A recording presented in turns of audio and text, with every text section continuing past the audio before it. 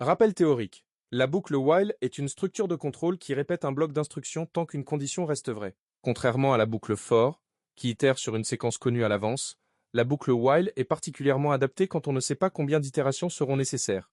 Par exemple, attendre une entrée utilisateur valide, scanner des ports jusqu'à une condition d'arrêt ou traiter des données jusqu'à rencontrer un marqueur de fin. La syntaxe de base est while condition, suivi du bloc indenté. La condition est évaluée avant chaque itération. Si elle est fausse dès le départ, le bloc n'est jamais exécuté. Deux erreurs classiques à éviter. Oublier de modifier la variable de condition à l'intérieur de la boucle, ce qui provoque une boucle infinie, et confondre égale affectation avec égale comparaison. Mini-exemple, supposons qu'on demande un port à l'utilisateur et qu'on veut continuer tant qu'il ne saisit pas 0.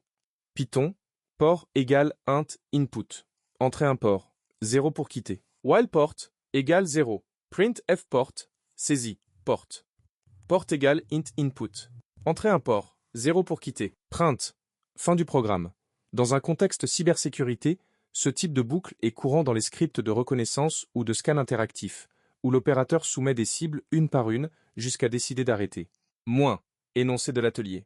Dans cet atelier, vous allez écrire un script Python interactif permettant à un utilisateur de saisir des numéros de port à analyser, un par un, jusqu'à ce qu'il entre la valeur 0 qui signifie l'arrêt.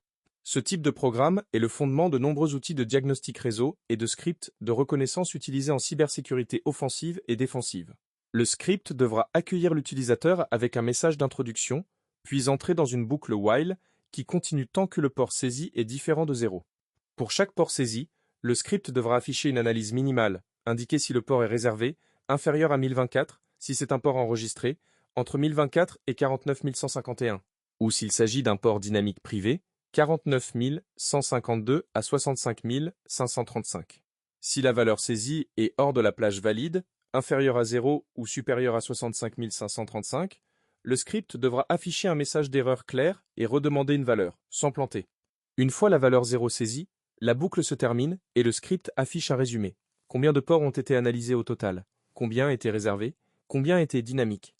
Pour aller plus loin, bonus, vous pouvez stocker tous les ports saisis dans une liste et les afficher à la fin sous forme de récapitulatif. Ou implémenter une vérification pour éviter les doublons en avertissant l'utilisateur si un port a déjà été saisi. Moins, étape à suivre. 1. Créer un fichier Python nommé '_scan-while.py'. Commencez par afficher un message d'accueil expliquant brièvement le fonctionnement du script. 2. Implémenter la logique de saisie initiale avant la boucle, ou utiliser une approche while true avec break si vous le jugez plus lisible. Les deux approches sont valides. Justifiez votre choix dans un commentaire. 3. À l'intérieur de la boucle, gérez les cas d'erreur, valeur hors plage. Et si vous voulez aller plus loin, gérez également les entrées non numériques avec un bloc try except. 4. Implémentez la classification du port, réservé enregistré dynamique, à l'aide de conditions if et if else. 5. Maintenez des compteurs pour le résumé final. Affichez ce résumé proprement à la sortie de la boucle. 6. Testez votre script avec plusieurs scénarios. Port valide des 3 catégories, valeur 0 pour quitter immédiatement, valeur négative, valeur supérieure à 65 535, et si vous avez géré le try except. Une entrée textuelle non numérique.